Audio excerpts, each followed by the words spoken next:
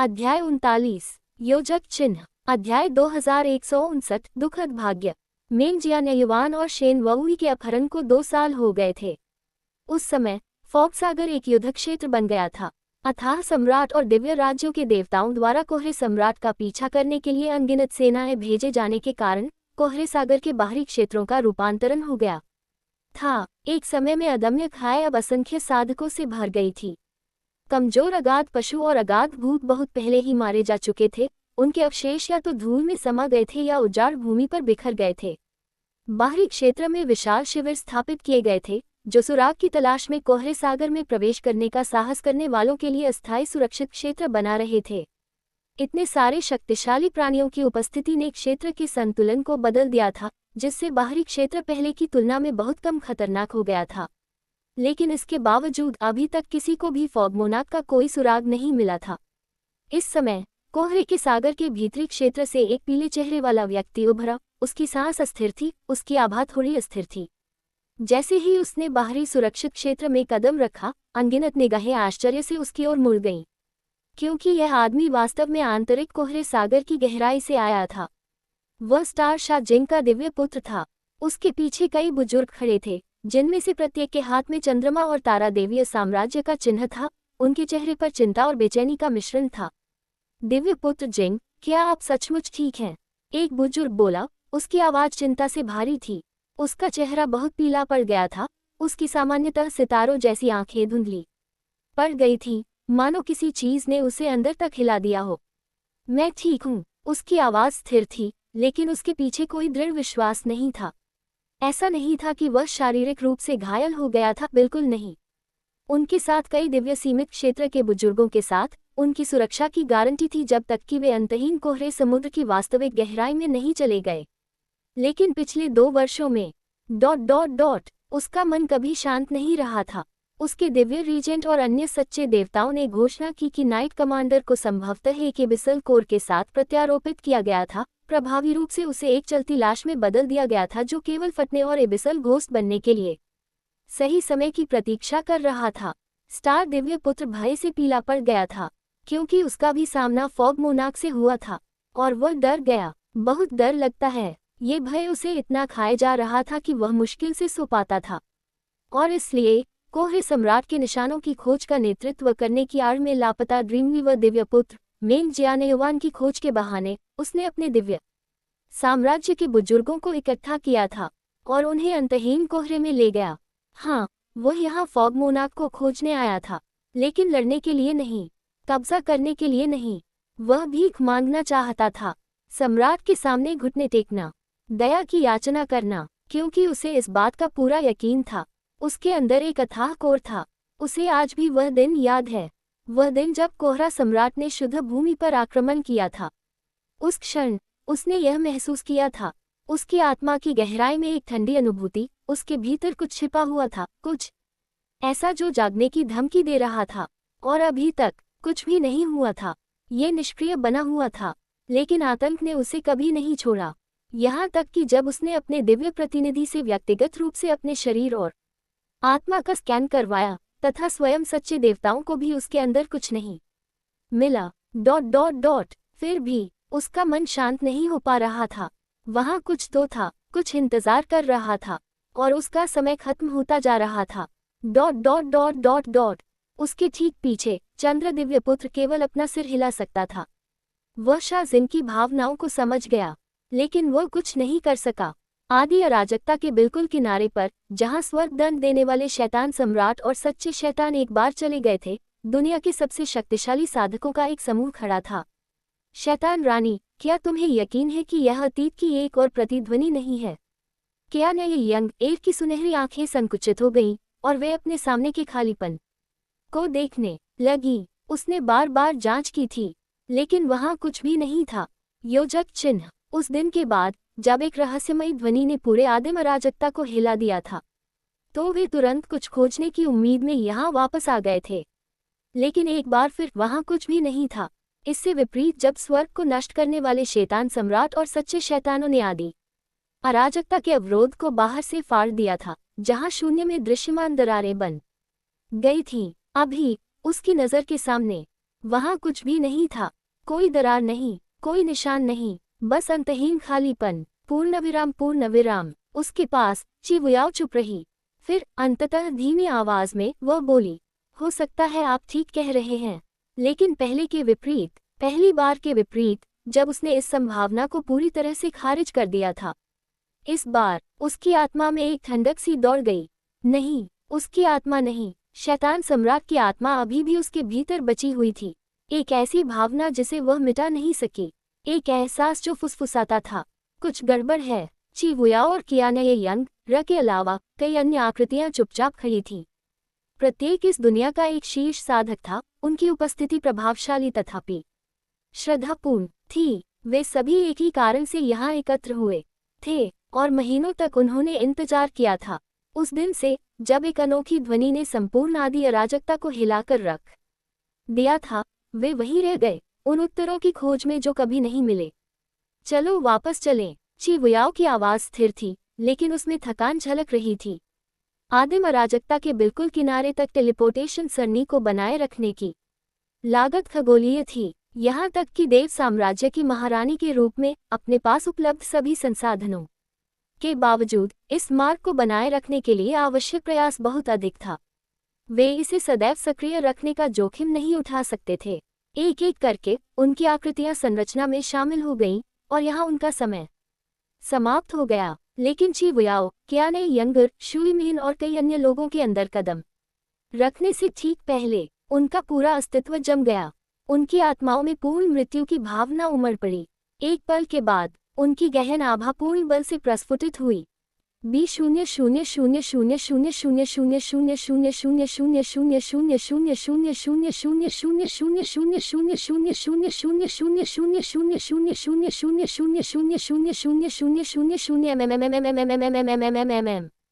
इसके बाद जो विस्फोट हुआ उसने अंतरिक्ष को तहस नहस कर दिया तथा आघात तरंगे ब्रह्मांड के किनारे से भी दूर तक भेजी। ये बल इतना अकल्पनीय रूप से विशाल था कि दूर स्थित तारामंडल भी आदि अराजकता के किनारे से बहुत दूर। योजक चिन्ह, उन्हें हिंसक तरीके से उनकी कक्षाओं से बाहर फेंक दिया गया। विस्मयादिबोधक चिन्ह, विस्मयादिबोधक चिन्ह, विस्मयादिबोधक चिन्ह, विस्मयादिबोधक चिन्ह, विस्मयादिबोधक चिन्ह, विस्मयादिबोधक चिन्ह, विस्मयादिबोधक चिन्ह, उद्धरण चिन्ह। आर्गेह, दर्द की चीखें गूंज उठी और खून चारों ओर फैल गया।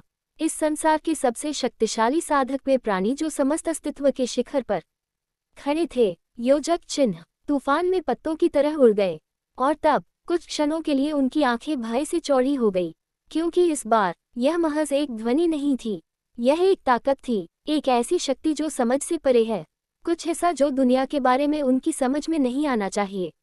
आदि अराजकता की दीवार से अस्तित्व के बिल्कुल किनारे पर एक छोटी सी दरार बन गई, रेत के एक कण से भी बड़ा नहीं, और अभी तक उनके शरीर का हर एक तंतु चिल्ला रहा था कि यह उससे कहीं अधिक भयानक है जितना उसका आकार दिख रहा था। लेकिन इससे पहले कि वे इसे समझ पाते, इससे पहले कि वे प्रतिक्रिया कर पाते, दरार तुरंत ही ठीक हो गई। ऐसा लग रहा था जैसे वह कभी वहां था ही नहीं। फिर भी उस क्षणिक दरार से जो शक्ति लीक हुई थी, ये पहले से ही उन सभी को उड़ाने के लिए पर्याप्त था। उनके शरीर विशाल शून्य में फिके गए थे, उनका खून उनके पीछे बह रहा था, जो अंतरिक्ष के अंतहीन गर्त को दाग रहा था। कुछ बाहर से अंदर आने की कोशिश कर रहा है, और इसने उनकी दुनिया को छू लिया था। मुझे पता था कि उन जानवरों को तुमने ही खड़ा किया था।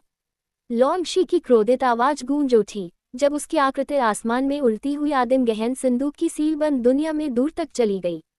उसके चांदी जैसे बाल उसके पीछे लहरा रहे थे। उसकी आभा में अभी भी हताशा भाव थे, क्योंकि उसने अपने और युनचे के बीच दूरी बना ली थी। युचे ने एक हल्की आह भरकर उसकी पीछे हटती हुई आकृति को देखा। इतने समय बाद भी वह अभी भी उसके प्रति उदासीन बनी हुई थी, और अभी तक प्रत्येक बीतते दिन के साथ, प्रत्येक नई बातचीत के साथ वह इसे महसूस कर सकता था। उनके बीच की खाई कम हो रही थी। वह दिन आएगा जल्द ही जब वे एक दूसरे से अलग नहीं रहेंगे। वह दिन जब वे अंततः एक परिवार बन जाएंगे। समय के साथ युनचे को असली कारण समझ में आ गया कि लॉन्गशी क्यों जाने के लिए इतनी बेचैन थी। योजक चिन्ह, वह एक आदि ज्वाला क्रिस्टल की खोज कर रही थी जो उसके उद्देश्य के लिए अत्यधिक मूल्यवान था। लेकिन उसने उससे वादा किया था अपनी शक्ति, अपने तरीकों और अपने संसाधनों के साथ वह क्रिस्टल ढूंढ सकता था जिसकी उसे आवश्यकता थी, जो वह अकेले रसातल में भटकने से प्राप्त कर सकती थी। और अंततः उसके सभी जिद्दी इनकारों के बाद वह नर्म पड़ गई थी और लगभग आज्ञाकारी रूप से इस संसार में ही रहे। हाँ हाँ हाँ, तुम बहुत होशियार हो, जैसी मेरी बेटी से उम्मीद थी। उद्धरण चिन्ह। यून चे उसे उड़ते हुए देखकर हंस पड़ा, उसकी आंखों में खुशी नाच रही थी। संतुष्ट आह भरते हुए उसने गर्म चाय का प्याला अपने होठों से लगाया और धीरे धीरे एक घूंट लिया, और तब टकराना चाय का कप उसके हाथ में टूट गया और चीनी मिट्टी के बर्तन के टुकड़े मेज पर बिखर गए। ज़ेया किंग्यू की आवाज गूंजी, कोमल लेकिन चिंतित।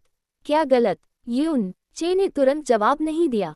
वह अपनी हथेली को घूरता रहा जहां टूटे हुए चाय के कप के अवशेष पड़े थे। उसकी उंगलियां हल्की सी कांप रही थीं।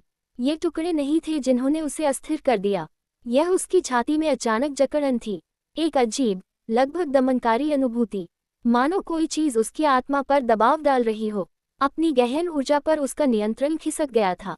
बस एक पल के लिए, कुछ नहीं, बस। उसकी आवाज धीमी पड़ गई, उसकी भौहें सिकुड़ गईं। उद्धरण चिन्ह। ज़ेया किंग्यू चुपचाप युनचे के पास घुटनों के बल बैठ उसकी हरकतें कोमल और सोची समझी थी।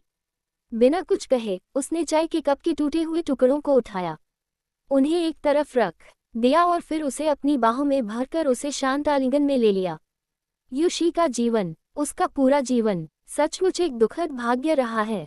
यून चे की आवाज धीमी थी, फिर भी हर शब्द में ऐसा वजन था जिसे नजरअंदाज नहीं किया जा सकता था। जब वह बोल रहा था तब उसकी दिव्य इंद्रियां दूर से उसकी पुत्री की आकृति का अनुसरण करती हुई बाहर पहुंच गईं।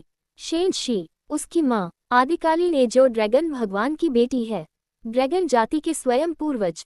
उद्धरण चिन्ह। ऐसे अद्वितीय वंश का प्राणी शेन शी को अछूत माना जाता था, एक दिव्य अस्तित्व जो साधारण प्राणियों की पहुंच से परे था। उस अधिकार से युनशी को ड्रैगन कबीले के अमूल्य खजाने के रूप में माना जाना चाहिए था। अभी तक उसका भाग्य दुख के अलावा कुछ नहीं था।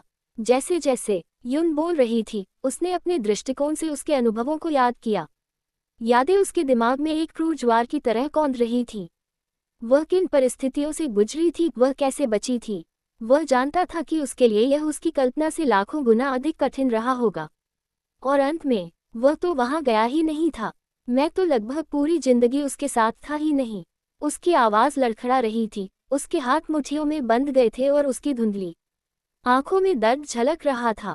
ज़ेया किंग्यू ने चुपचाप उसकी बात सुनी, उसे बीच में नहीं रोका। अल्पविराम, उसने बस उसे बोलने दिया, उसे अपनी भावनाओं को बाहर आने दिया जो लंबे समय से उसके अंदर दबी हुई थी। और फिर धीरे से अंततः वह बोली, भले ही आप उसके शुरुआती वर्षों में वहां नहीं थे। उसकी आवाज बहते पानी की तरह थी, शांत परंतु गर्मजोशी से भरी हुई। लेकिन साधक होने के नाते हमारा जीवन काल लंबा है, बहुत बहुत लंबा। उद्धरण चिन्ह। तो फिर आप उस समय का उपयोग इसकी भरपाई करने में क्यों नहीं करते?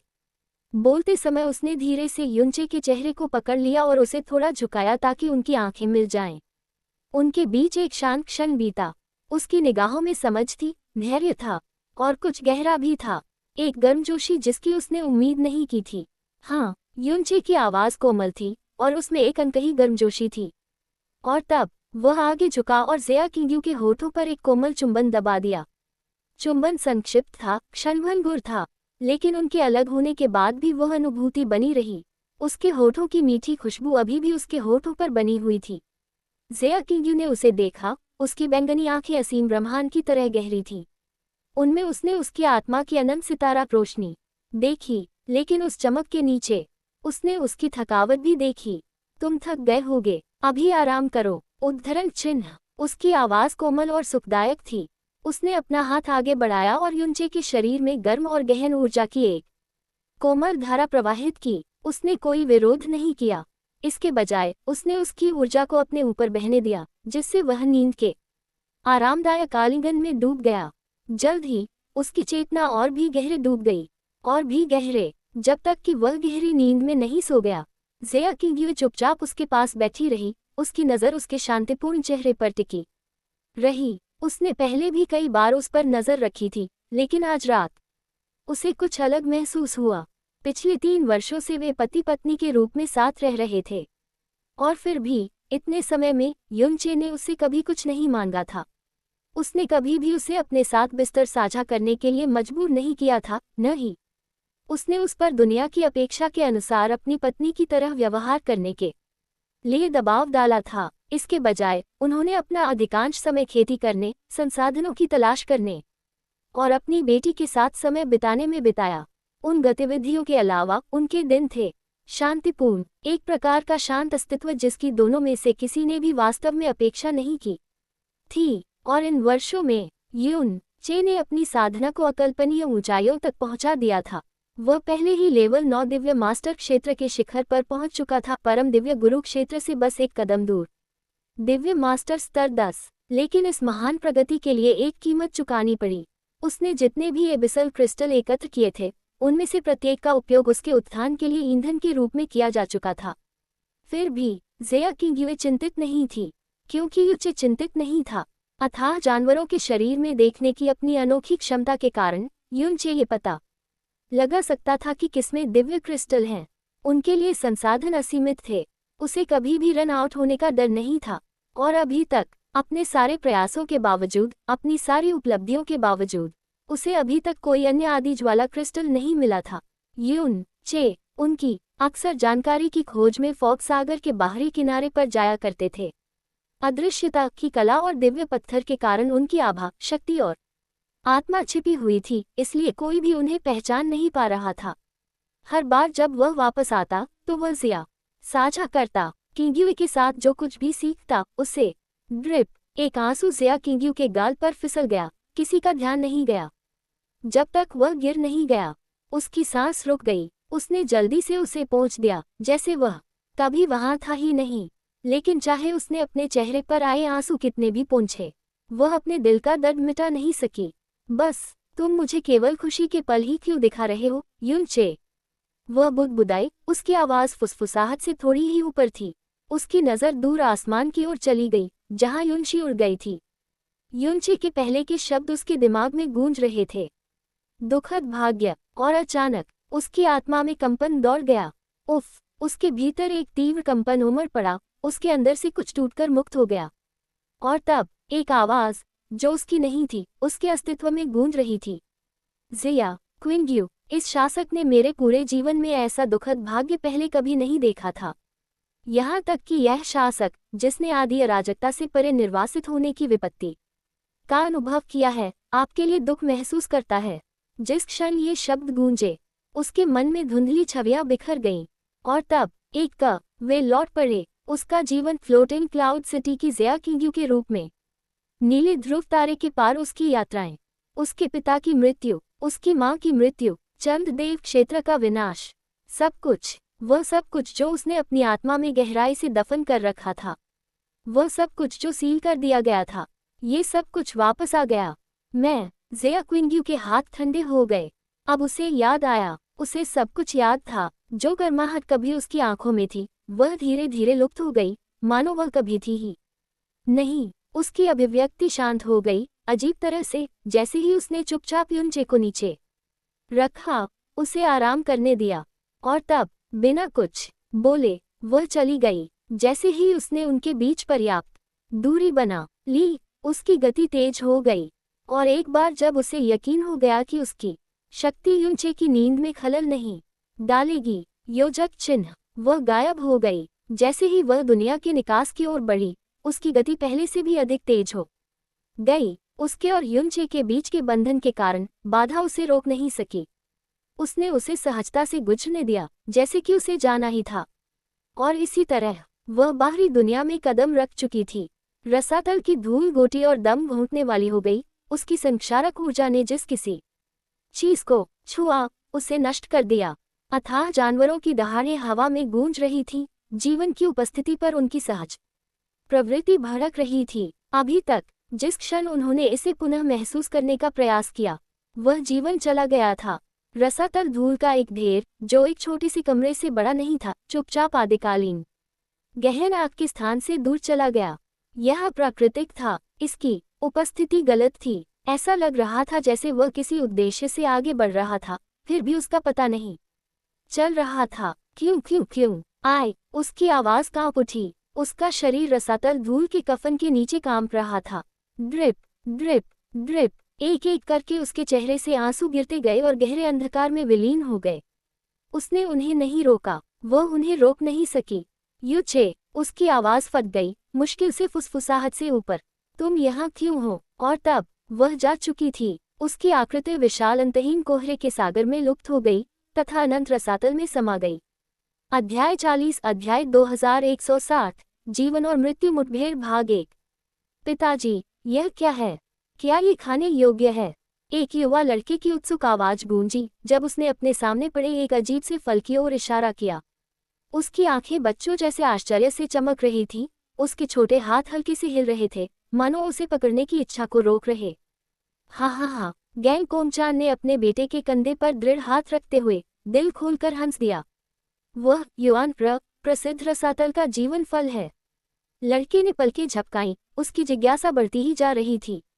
जीवन का फल, यह न केवल खाने योग्य है, यह अविश्वसनीय रूप से दुर्लभ है। मेंग कोमचन ने बताया। उनके चेहरे पर गर्व भरी मुस्कान फैल गई। पिता को इसे प्राप्त करने के लिए रहस्योद्घाटन के एक ज़ेडस्टोन का व्यापार करना पड़ा। ये सुनकर युवा मेंग जियानयुआन ने और भी अधिक उलझन के साथ फल को देखा।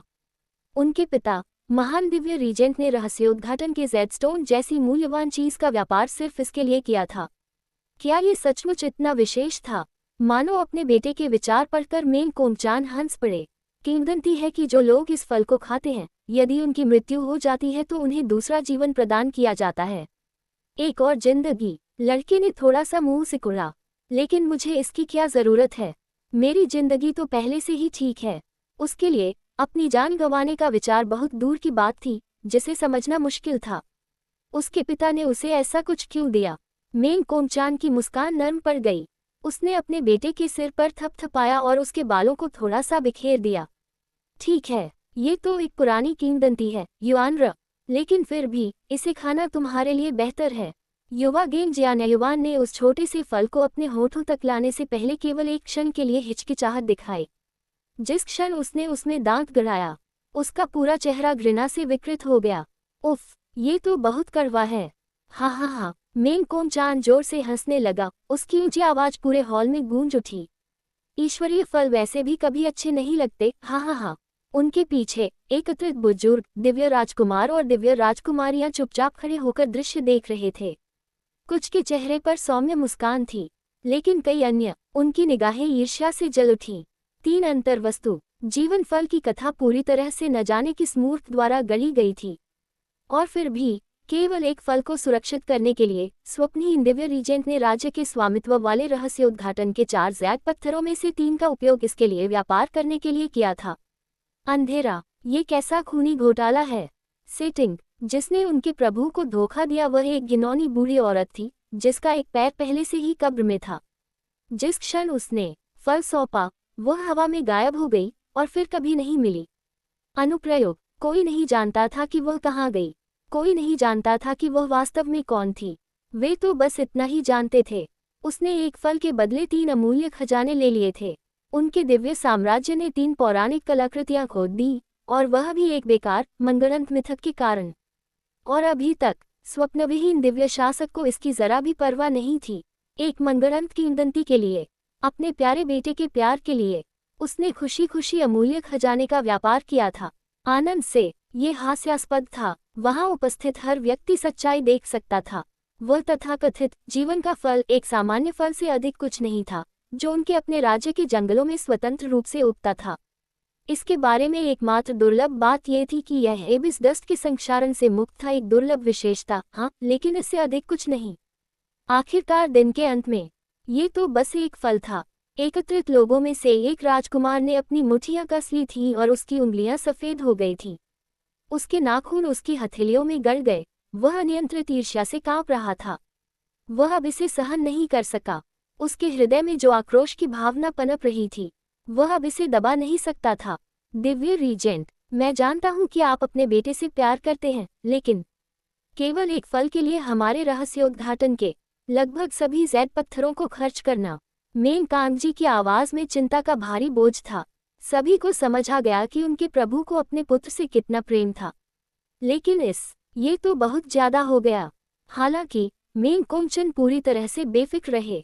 ये ठीक है, ये ठीक है। उसने सहजता से अपना हाथ हिलाया, जैसे कि उसने 3 अमूल्य कलाकृतियां एक ऐसे फल के लिए बर्बाद न कर दी हो जिसे कोई भी मनुष्य पेड़ से तोड़ सकता है। ये कैसा ठीक है। किनारे पर खड़े मेंग चाओयान का दिमाग लगभग खराब हो गया। उन्हें अपने स्वामी को उनके सिंहासन से नीचे गिराने से शारीरिक रूप से स्वयं को रोकना पड़ा। दबी हुई हताशा से उसकी मुट्ठियां कांप उठीं। गेंग कोंगचान अभी भी मुस्कुराते हुए एक बार फिर बोला, मुझे पता है कि आप सभी इस बारे में चिंतित हैं, लेकिन चिंता न करें। मेरे शूरवीरों ने हाल ही में मुझे एक संदेश भेजा है जिसमें कहा गया है कि उन्होंने अंतहीन कोहरे में रहस्योद्घाटन का एक और जेड स्टोन सुरक्षित कर लिया है। सब ठीक है। हाँ। उस पल में कमरे में मौजूद हर व्यक्ति को क्रोध के कारण अपनी दृष्टि धुंधली महसूस हुई। आपकी माँ अच्छी है। वे सभी मन ही मन कोस रहे थे। उनकी छाती निराशा से भर गई थी। तुमने 3 का इस्तेमाल किया और केवल एक ही वापस मिला। यह अभी भी एक नुकसान है, कमीने। वे चीखना चाहते थे, वे मेज पलटना चाहते थे, लेकिन दिन के अंत में वे उसके अधीनस्थ थे। वे केवल दांत पीसकर सहन कर सकते थे। ड्रीमवी व दिव्य साम्राज्य के मुख्य हॉल में से एक के विशाल स्वतंत्र स्थान में एक छोटा लड़का चुपचाप बैठा हुआ किसी पुस्तक में डूबा हुआ था। मेंग जियानयुआन, स्वप्नहीन दिव्य रीजेंट का प्रिय पुत्र। उसका जीवन आसान था, हर कोई उस पर लाड करता था। 10 वर्ष की छोटी सी उम्र में उन्होंने कभी कठिनाई नहीं देखी थी, कभी संघर्ष का सामना नहीं किया था, कभी खतरे का अनुभव नहीं किया था। उनका संसार शांतिपूर्ण और आरामदायक था, तथा राज्य की सीमाओं से परे की क्रूर वास्तविकता से अछूता था। अचानक उसके दरवाजे पर दस्तक गूंजी। मेंग जियानयुआन ने जिज्ञासा से पलके झपकाते हुए अपना सिर उठाया। कौन है भाई? एक आवाज सुनाई दी जो गर्मजोशी और अपनेपन से भरी थी। यह मैं हूँ, छोटे भाई। युवा लड़के की आंखें चमक उठीं। भाई जियानझो। वह उत्साह से भर गया और दरवाजे की ओर बढ़ा। उसके छोटे छोटे हाथों ने बिना किसी हिचकिचाहट के उसे खोल दिया। उस पल में उसका भाग्य हमेशा के लिए बदल गया। उसके राज्य का भाग्य हमेशा के लिए बदल गया। पहुंच से बहुत दूर एक जगह पर, जहां न तो रसातल का राजा और न ही देवता अपनी इच्छा का विस्तार कर सकते थे। रसातल के अंतहीन कोहरे के समुद्र की गहराई में, जहां सबसे मजबूत प्राणी भी चलने से डरते थे, जहां संक्षारण इतना अधिक था कि एक सच्चा ईश्वर भी कुछ ही क्षणों में नष्ट हो गया, वहां एक आकृति उभरी, पुराना, अत्यंत प्राचीन, एक ऐसा प्राणी जिसकी उपस्थिति मात्र से ही मृत्यु की आभा टपकती थी। उसने आह भरी, उसकी आवाज में अनंत काल का भार था। इस जीवन में मैं यह नहीं कर सकता, इस दुनिया को नष्ट किए बिना नहीं, लेकिन इससे कोई फर्क नहीं पड़ता। अपने अंतिम पुनर्जन्म में मैं इसे पूरा करूंगा। बिना किसी समस्या के समस्त सृष्टि के प्रति प्रेम के कारण उसने स्वयं को संयमित रखा था। यद्यपि उसकी शक्ति समस्त अस्तित्व से बढ़कर थी, फिर भी उसने स्वयं को रोके रखना ही उचित समझा। वह जो कुछ करने की योजना बना रही थी, उसे त्याग देना। भाग्य सचमुच एक अजीब चीज है। उसकी आवाज नर्म हो गई, मानो समय की लहरों में खोई हुई कोई याद ताज़ा कर रही हो। वह यह महसूस कर सकती थी, भाग्य का अस्तित्व एक विशाल मकड़ी के जाले की तरह सभी चीजों के बीच फैला हुआ है। एक विशाल जटिल चित्र पर जो अतीत और भविष्य को जोड़ता है तथा उन्हें एक अंतहीन प्रवाह में विलीन कर देता है। और उसके सूखे हाथ में कुछ ऐसी चीज थी जो उसकी समझ से परे थी। यह कोई आत्मा नहीं थी, ये जीवन नहीं था, वह था अस्तित्व का सार ही सार है। अस्तित्व का एक टुकड़ा जो कभी नष्ट नहीं हो सकता। अपनी मुट्ठी में पकड़े उस कीमती छोटे टुकड़े को देखते हुए उसके बूढ़े होठों पर एक कोमल मुस्कान फैल गई। इस जीवन में हमारा भाग्य हमें यहीं तक ले जाएगा, लेकिन मेरी शक्ति से अगले जन्म में भाग्य जो तुम्हें और मुझे एक साथ जोड़ता है, हम फिर मिलेंगे। और उन अंतिम शब्दों के साथ उसका स्वरूप नष्ट हो गया, मानो अंतहीन कोहरे ने उसे पूरी तरह निगल लिया हो। दरार एक काली बिजली शून्य को चीरती हुई उसके अस्तित्व के सभी निशान मिटाती हुई निकली। तब यहाँ तक कि रसातल भी शांत हो गया, मानो वह कभी वहां थी ही नहीं। ओहे! युनचे झटके से जागा, उसकी सांस भारी थी, उसका मन विचलित था। जैसे ही वह जागा, एक स्वप्न के अवशेष उसकी चेतना में झिलमिला उठे। लेकिन जैसे ही उसने उसे पकड़ने की कोशिश की, उसका अधिकांश भाग फिसल गया और केवल बिखरे हुए टुकड़े ही रह गए। फिर भी एक बात पर वह निश्चित था, फिर एक बार उसने मेंग जियानयुआन का सपना देखा था। क्यों? मैं अभी भी उसके सपने देख रहा हूँ। उसकी आवाज़ धीमी थी, लगभग अपने आप में बहकते हुए। युनचे ने अपने बालों में हाथ फेरा, उसकी भौहें गहरी सोच में डूबी हुई थी। कुछ क्षण बाद उसने अपनी आध्यात्मिक इंद्रियों को फैलाया, दूर की ओर बढ़ते हुए जहां उसकी बेटी रहती थी। उसने उसकी उपस्थिति को महसूस किया, शांत और स्थिर। वह हमेशा की तरह अच्छे व्यवहार वाली थी। तभी वह थोड़ा शांत हुआ।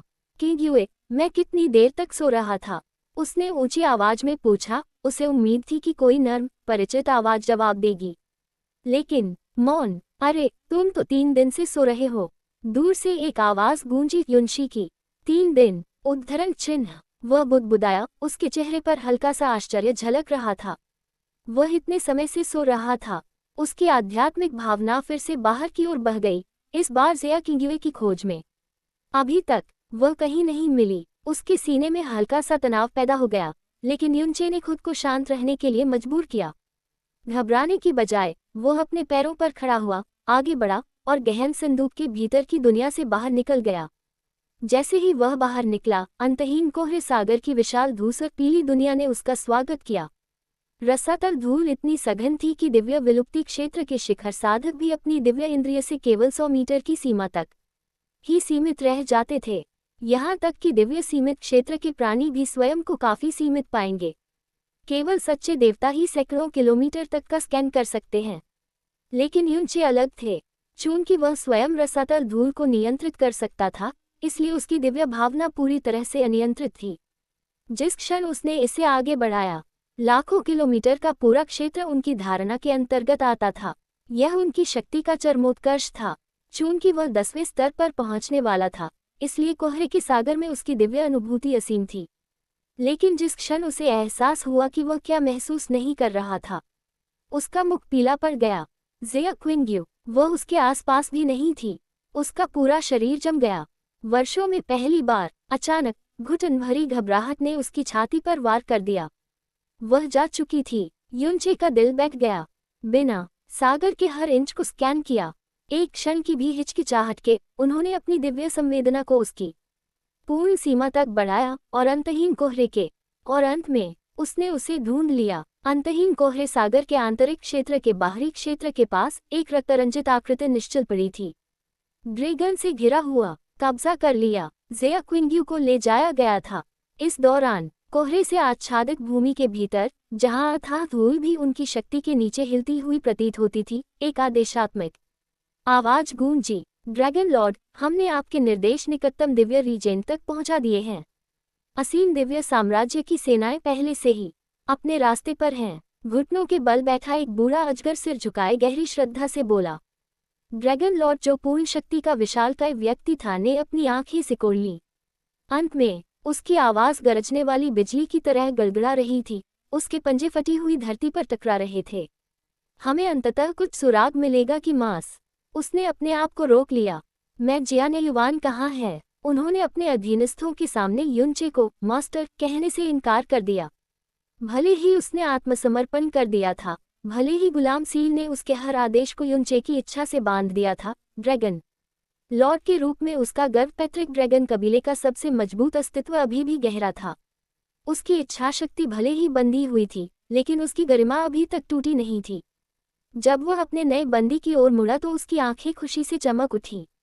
सोचना कि हम आपसे टकराएंगे। हाँ हाँ हाँ। ज़ेया किंग्युए खून से लथपथ और कांपते हुए मुश्किल से अपना सिर उठा पाए। उसकी एक बार की अलौकिक उपस्थिति अब कमजोर लग रही थी। उसकी चोटें एक अथक संघर्ष का सबूत थीं। वह कई दिनों से भाग रही थी, अपने विचारों को एक साथ जोड़ने की कोशिश कर रही थी, अपनी खोई हुई यादों की वापसी के बाद सब कुछ समझने की कोशिश कर रही थी। और अभी तक, इससे पहले कि वह अंतहीन कोहरे के सागर से बच पाती, वह सीधे पैट्रिक ड्रैगन में चली गई थी। उसके होठ खुल गए, परंतु कोई शब्द नहीं निकला। उसकी उंगलियां कमजोर मुट्ठियों में सिकुड़ गईं, लेकिन वह कुछ नहीं कर सकती थी। उसने युनचे को इसलिए छोड़ दिया क्योंकि वह उससे प्यार करती थी, क्योंकि वह उससे डरती थी। ब्लू पोल स्टार में वे मिले और बिछड़ गए। ईश्वरीय लोक में वे मिले और बिछड़े। और अब रसातल में वे फिर से मिले थे। और इसी तरह वह एक बार फिर उससे अलग होना चाहती थी, क्योंकि वह समझ गई थी उसका भाग्य दुखद था, एक अस्तित्व जो त्रासदी के लिए अभिशप्त है। और क्योंकि वह युनचे से बहुत प्यार करती थी, वह उसे उस भाग्य में उलझने की अनुमति नहीं दे सकती थी। इसी कारण उसने उसे छोड़ दिया। लेकिन भाग्य निर्दयी था, इससे पहले कि वह अपना पहला सच्चा कदम भी उठा पाती, वह पकड़ी गई थी। आप शायद सोच रही होंगी कि हमने आपके साथ अच्छा व्यवहार क्यों नहीं किया, है न फेरी वोई। ड्रैगन लॉर्ड की आवाज में मनोरंजन था, लेकिन उसकी सुनहरी आंखों में कुछ गहरा चमक रहा था। उसकी विशाल उपस्थिति उसके सामने खून से लथपथ महिला पर मंडरा रही थी। उसके होठों पर एक उपहासपूर्ण मुस्कान फैल गई। अरे नहीं, नहीं, नहीं, मेरी गलती है। आप परी वोई नहीं है ना? उसकी मुस्कान और चौड़ी हो गई, उसकी आवाज में उपहास और धमकी झलक रही थी। आप परी किंग्युए है ना? उसके ताना मारने वाले शब्दों के बावजूद उसकी निगाह में झिझक की झलक थी। एक ड्रैगन के रूप में वह स्वाभाविक रूप से सुंदरता की प्रशंसा करता था, और ज़ेया किंग्युए की अलौकिक उपस्थिति नश्वर समझ से परे थी। उसके जैसी महिला, घायल और खून से लथपथ होने पर भी दुनिया से अछूती एक दिव्य परी की तरह दिखती थी। उसके जैसे किसी को चोट पहुंचाना, इससे उसके सीने में असहजता महसूस होने लगी। लेकिन आदेश तो आदेश थे। एबिसल सम्राट ने पहले ही दुनिया को ये घोषित कर दिया था कि मेंग जियानयुआन और शेन वुई को कोहरा सम्राट द्वारा अपहरण कर लिया गया था। लेकिन ये केवल आधा सच था, असली सच्चाई तो कहीं ज्यादा गहराई में दफन थी। एबिसल सम्राट को संदेह था कि कोहरे सम्राट के आक्रमण का शेन वुई से ही कुछ लेना देना था। और ऐसा क्यों नहीं होगा? वह एबिसल दस्त को नियंत्रित कर सकती थी, ऐसी क्षमता स्वाभाविक नहीं थी। और इसका मतलब केवल एक ही बात थी, वह इसमें शामिल थी, शायद वह भी उनमें से एक थी। इस प्रकार अथाह सम्राट का गुप्त आदेश दिया गया, मेंग जियानयुआन को सुरक्षित वापस लाओ। जहां तक शेन वुई की बात है, अगर वह तुम्हें मिल जाए तो उसे भी वापस ले आओ, लेकिन इसमें नरमी बरतने की कोई जरूरत नहीं है। उद्धरण चिन्ह। ड्रैगन भगवान ने आज्ञा का पालन किया। युनचे के साथ दास्ता की मुहर के कारण उसके स्वामी की सुरक्षा हमेशा उसकी सर्वोच्च प्राथमिकता थी। लेकिन चूंकि अबीसाल सम्राट का आदेश युनचे के प्रति उसके कर्तव्य का खंडन नहीं करता था, उसके पास विरोध करने का कोई कारण नहीं था। और इसलिए जब उन्हें ज़ेया किंग्युए मिली तो उसने लड़ाई की थी, उसने विरोध किया था। उसे चुपचाप आत्मसमर्पण कर देना चाहिए था, उसे बिना किसी लड़ाई के उन्हें ले जाने देना चाहिए था। लेकिन उसने ऐसा नहीं किया, इसलिए उन्होंने उसे पीट पीट कर काबू में कर लिया। सौभाग्य से हमें आगे नहीं जाना पड़ा। ड्रैगन के बुजुर्गों में से एक ने आह भरी, उसकी आवाज में राहत स्पष्ट थी। वे पहले ही अंतहीन कोहरे के सागर में गहराई तक उतर चुके थे। फिर भी यह विशाल आंतरिक क्षेत्र का केवल बाहरी क्षेत्र था, और यहाँ तक कि यहाँ भी ऊर्जा दमन पहले से ही तर्क से परे तीव्र था। वे जितने गहरे गए उतना ही अधिक अथाह धूल गड़ा होता गया, यहाँ तक कि उनकी दिव्य सीमित क्षेत्र की साधनाओं को भी नष्ट करता गया। आगे बढ़ने का साहस, यहाँ तक कि उनके लिए भी ये बहुत खतरनाक होता। फिलहाल उन्होंने अपना पद बरकरार रखने का फैसला किया है। वे कोई भी जल्दबाजी भरा कदम नहीं उठाएंगे। यदि शेन वुई वास्तव में फॉग सम्राट की सेना का हिस्सा था, तो कुछ भी आक्रामक प्रयास करने से गहराई में छिपे असली दुश्मन को सतर्क किया जा सकता था। अभी के लिए वे असीम दिव्य साम्राज्य की सेनाओं के आने की प्रतीक्षा करेंगे। उन्होंने पहले ही अन्य दिव्य राज्यों को भी संदेश भेज दिए थे, लेकिन वे अधिक दूर थे और उनके पहुंचने में समय लगेगा। तब तक वे अपने बंदी पर निगरानी रखते थे। आगे क्या हुआ, इसका इंतजार है। 30 मिनट बीत गए। एक समय शांत और तनावपूर्ण युद्ध क्षेत्र में शीघ्र ही एक शक्तिशाली उपस्थिति ने अशांति फैला दी। असंख्य आकृतियों की एक सेना उस क्षेत्र पर उतर आई, उनकी आभा एक विशाल ज्वार की तरह उमड़ रही थी। प्रत्येक ने ड्रैगन के बराबर शक्ति विकीर्ण की। नहीं, उनमें से कई तो और भी अधिक शक्तिशाली थे। समूह में सबसे आगे एक ऐसा व्यक्ति खड़ा था जिसकी उपस्थिति मात्र ही उन लोगों के दिलों में भय पैदा करने के लिए पर्याप्त थी जो उससे पहले मिल चुके थे। यदि वे कहीं और मिलते तो कई लोग उसकी ताकत के सामने कांप जाते। लेकिन यहाँ वह आश्वासन था, व्यवस्था का प्रतीक, असीम अंत दिव्य रीजेंट डायन राहु। उनके बगल में उनके पुत्र, दिव्य पुत्र डियान जियोजी, असीम दिव्य साम्राज्य के बुजुर्गों के साथ खड़े थे। वे अथाह सम्राट के आदेश के तहत निकले थे, कोहरे सम्राट की खोज में अन्य सभी दिव्य साम्राज्यों के साथ सेना में शामिल होना। तथापि उन्होंने हाल ही में अपना अभियान शुरू किया था, क्योंकि सच में जियान युआन और शेन वुई का जीवन और मृत्यु उनके लिए कोई मायने नहीं रखते थे। वे उनकी चिंता का विषय नहीं थे। और अभी तक विशुद्ध भाग्य से ड्रैगन कबीले ने उनसे सीधे संपर्क किया था। प्रार्थना शेन वुई को एस्कॉर्ट करने के लिए वह मिल गई थी। ये कितना सौभाग्यपूर्ण घटनाक्रम है। जैसे ही शक्तिशाली सेना उतरी, ड्रैगन ने तुरंत सम्मान में अपना सिर झुका लिया। हम असीम अंत दिव्य रीजेंट का अभिवादन करते हैं। ड्रैगन लॉर्ड और उसके बुजुर्गों ने गहराई से झुककर प्रणाम किया। डायन राहु की नज़र उन्होंने उन पर पड़ी। उसकी नज़र तेज लेकिन शांत थी। अभिवादन में हल्का सा सिर हिलाया। आपने हमसे संपर्क करके अच्छा किया। उद्धरण चिन्ह। उनकी आवाज़ गहरी, स्थिर थी और उसमें एक निर्विवाद वजन था। लेकिन उनका ध्यान ड्रैगन पर ज्यादा देर तक नहीं टिका। बजाय उसकी नज़र बदल गई। वहां जमीन पर खून से लथपथ और कमजोर शेन वुई था, या यूं कहें ज़िया क्विंग्यू। उसकी गहन ऊर्जा दबा दी गई, उसकी गतिविधियां सीमित कर दी गईं। फिर भी ऐसी दयनीय स्थिति में भी उसकी सुंदरता अछूती रही। उसकी उपस्थिति कम नहीं हुई। डयान राहु ने एक कदम आगे बढ़ाया। उसके विशालकाय शरीर की लंबी छाया उसके ऊपर पड़ रही थी। उसकी आंखें थोड़ी सिकुड़ गईं। परी क्विंग्यू। उनकी आवाज़ शांत थी, फिर भी उसमें एक अविश्वसनीय ताकत थी। मेंग जियानेयुआन कहाँ है? ज़िया क्विंग्यू का दिल कांप उठा। ईश्वर की उपस्थिति का भार एक अपरिहार्य शक्ति की तरह उस पर पड़ रहा था। दूर घने अथाह धूल के भीतर छुपे युनचे पूर्ण मौन के साथ आगे बढ़ रहे थे। उनकी पूरी उपस्थिति छुपी हुई थी। वह हर कदम तीव्र किंतु सावधान तरीके से उठाता था। उसकी हर गतिविधि दोषरहित होती थी, जिससे ये सुनिश्चित होता था कि उसकी आभा का एक भी संकेत किसी को पता न चले। वह जितनी जल्दी हो सके दूरी कम कर रहा था, क्योंकि जिस क्षण से उसे एहसास हुआ कि ज़िया क्विंग्यू गायब है, एक भयानक पूर्वाभास ने उसके सीने को जकड़ लिया था। और अब उसका सबसे बुरा डर सच हो गया था। जिस क्षण उसकी दिव्य इंद्रिय ने आगे के दृश्य पर ध्यान केंद्रित किया, उसका दिल जम गया। उसने सब कुछ देखा। ड्रैगन, असीम दिव्य साम्राज्य। डयान राहु ज़िया क्विंग्यू के ऊपर खड़ा है। उसकी छाती पर दमघोंटू दबाव था। उसकी मुठ्ठियां कसकर बंद थीं। उसका मन दहाड़ उठा।